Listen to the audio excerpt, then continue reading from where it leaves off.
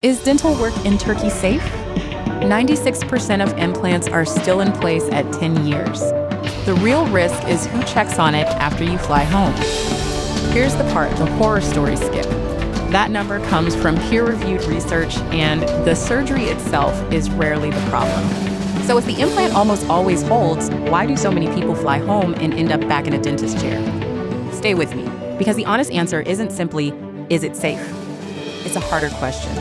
Safe, and how would you even tell? Keep that one open.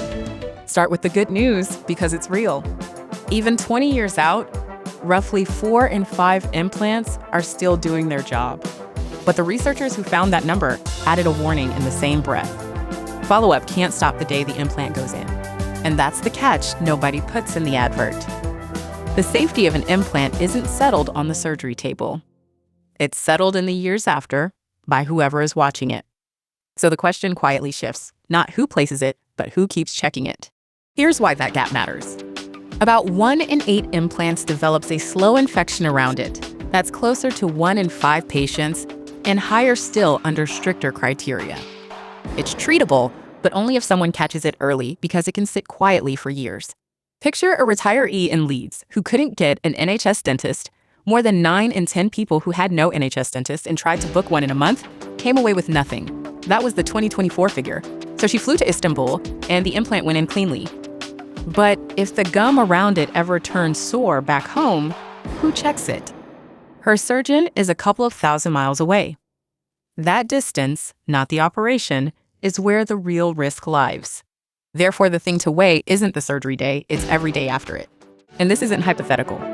In a survey of 1,000 dentists back in 2022, nearly all had already examined someone who'd gone abroad, and 86% of those had treated the fallout, crowns and implants most of all. 1 in 5 put the repair bill above £5,000. Read that as a safety number, not a price tag. The cheap package that fails can quietly become the most expensive one, because aftercare is the part that doesn't fit in the suitcase. So how would you tell, before you fly, which clinic is built to last? That's where it finally gets concrete. There's a real checkable signal, international accreditation.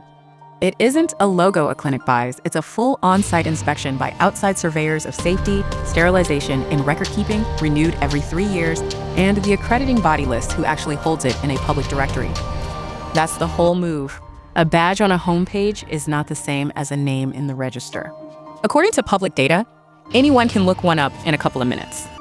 But accreditation covers the building. It doesn't tell you what that clinic intends to do inside your mouth. For that, there's a second checklist. The UK regulator published one, and it's refreshingly plain. Is the dentist registered with the destination country's own dental regulator? Is there a treatment plan and quote, after a real exam, not a guess from photos you emailed? Is the work guaranteed and for how long? Is there a complaints route if you're unhappy? And the big one, who provides the aftercare and how? A clinic that quotes 20 crowns off a phone snapshot has already answered most of those for you. That's the honest read on the viral filed down teeth stories too.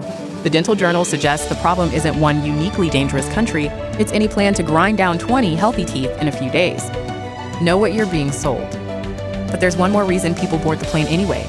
They're not reckless, they're stuck.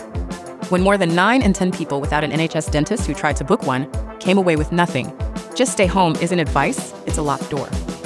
So the real work was never talking anyone out of the trip. It's the checklist. The survival odds are already on your side, the accreditation is public, the questions are written down, and the aftercare is the one thing settled before the flight, not after. Yes, the advertised package, the one everyone has seen, roughly $4,800 against $40,000 at home, is cheaper for reasons we broke down elsewhere. This video was never about the price. It was about whether and how to trust it. Ask who checks on it after you fly home, and now you know exactly how to find out. Subscribe, the real cost of care, no clinic ads. You shouldn't have to go broke to feel whole.